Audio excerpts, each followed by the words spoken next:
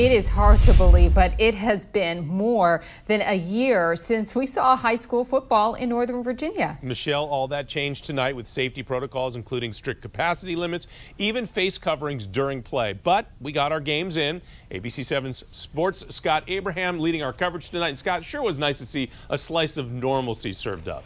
Yeah, Jonathan and Michelle, high school football in February is certainly different, but it didn't bother the student athletes one bit. They were all just so excited to be back on the field competing again. And that's what it's all about, playing for the love of the game. We start tonight in Falls Church. Justice taking on West Springfield, opening Spartans drive. 4th and goal, quarterback Adrian Mejia throwing the perfect fade to Jalen Austin. Touchdown. Extra point no good. 6-zip West Springfield. Second quarter, same score. Mejia back to pass. Check out the catch from Ethan Davies.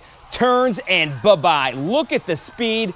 75 yards to the end zone. He's going to UVA next year. West Springfield blinks Justice tonight, 40-0. And it was a busy night all across Fairfax County. You can call it their version of Monday Night Football. My teammate Olivia Garvey picks up our team coverage. And Olivia, I tell you what, it feels so good to be talking about football again.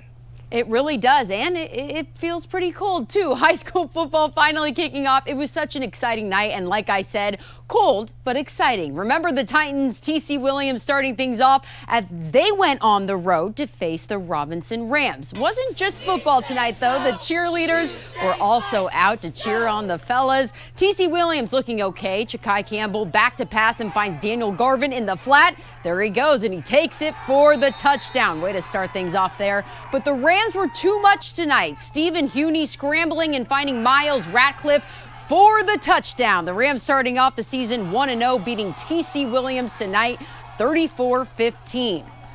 Robinson getting it done the first game of the season like they never stopped playing the game. Scott, let's send it back over to you. All right, thank you, Olivia. And we've had the highlights and post-game reaction, but we can't ignore the emotions surrounding the return to football. After spending so much time at home and in Zoom classes, these kids have been relishing the chance to get out and finally compete. ABC7's Justin Hinton is at Robinson Secondary School. And Justin, some players you talked to didn't have that faith that this day would ever come. So quite the experience for you and I'm sure the players and the coaches tonight.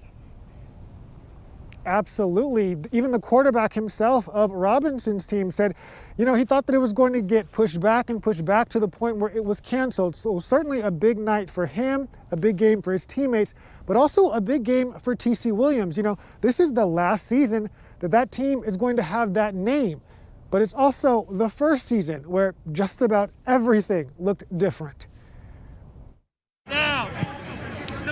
It means everything. It's been 472 days since we played a game, and every single day I've been waiting for this moment. And now, that moment has arrived for quarterback Stephen Huney and the rest of his teammates at Robinson Secondary High School. When they canceled our fall season and then pushed it back to the spring, I didn't think it was going to happen. I thought they were just going to push it back and cancel it, so it's really a blessing to be out here. It's the thing that kept me going through all this craziness, man. It's why I wake up every day, come out here, man, get this work. But this season is not without its fair share of changes. Face masks strapped to their helmets. 250 fans total,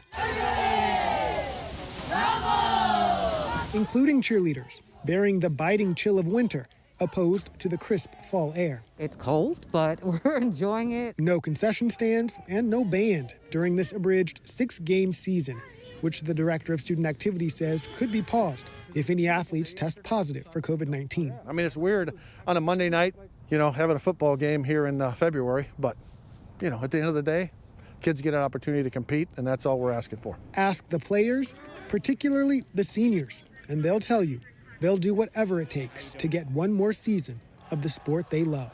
I would give my life to be out here with my brothers for this last season.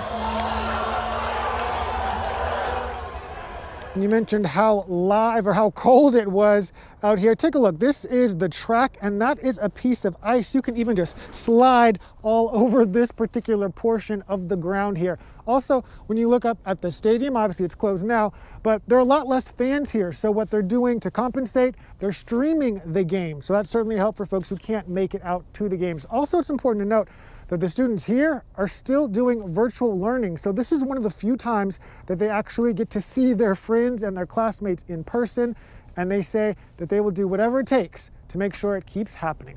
Reporting live in Fairfax, Justin Hinton, ABC 7 News. All right, Justin, thank you. Certainly a unique kickoff to the high school football season. Still ahead in sports, the other half of our schedule. 7 is on your sideline with 2 more games tonight, and we've got an even bigger slate tomorrow night. Jonathan, the fun is just beginning. All right, Scott, thank you for that. In fact, we were expecting to bring highlights from Patriot High School. Brentsville was all set to face off against George Mason, but school leaders at the game tell 7 on your side that because of some sort of mix-up, the referees never showed up. Can't have a game without them. The game was rescheduled for tomorrow night.